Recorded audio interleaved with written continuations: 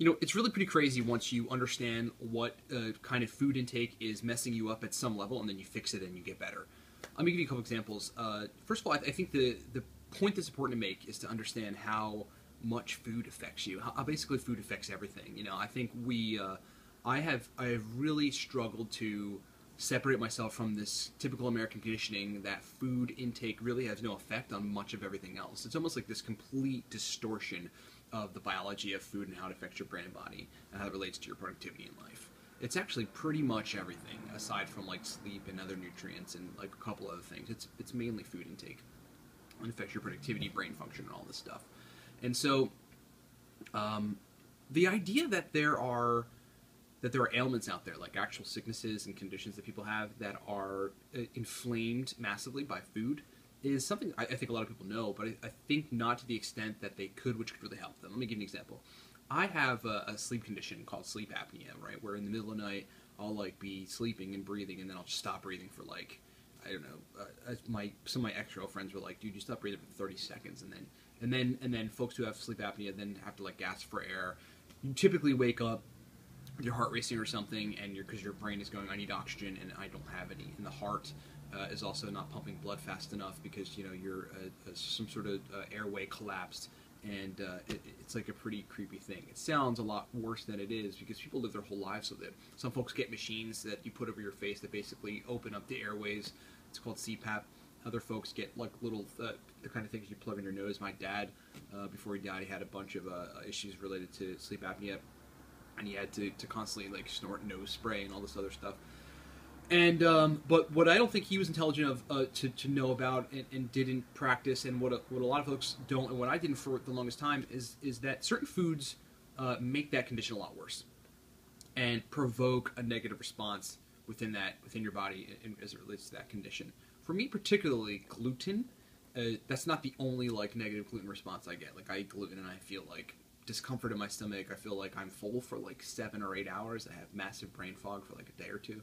Sometimes more. It could last like 2-3 days if I have a good gluten dose, and so like there's those effects. But for me, also gluten annoys and agitates my sleep apnea. So like I like tested and tried and true sleep worse and wake up gasping for air because I stopped breathing when I consume gluten. There's got to be some sort of gut functionality dysfunction that's happening there as a result of the gluten. Because gluten, one of the main problems with gluten is you have an issue digesting it. Most people's digestive tracts have an issue digesting the stuff, which is normal because it's probably not meant to be eaten by humans.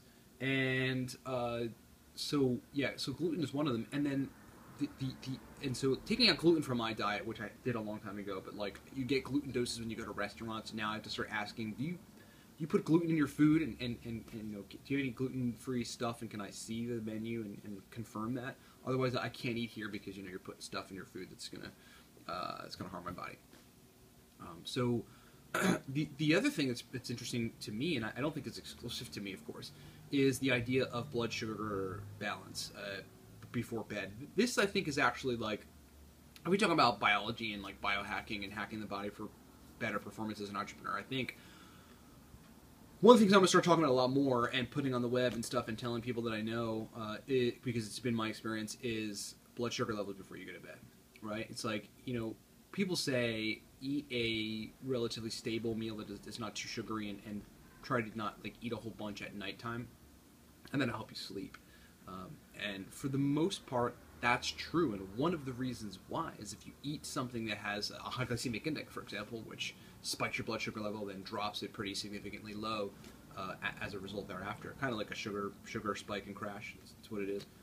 Then your body will be trying to level itself and grab glucose from everywhere within the body, maybe muscles, maybe your liver, where you have glycogen or stored carbohydrates, to balance out your blood sugar level. It's always trying to get to this homeostatic position where you have a blood sugar level that's balanced somewhere around, I don't know, depending on what your kind of normal fasting blood sugar level is, or the normal blood sugar level is for you, 78 milligrams per deciliter, 85 milligrams per deciliter, 90-something milligrams per deciliter. For me, it's somewhere around 75, 76, between 75 and 80.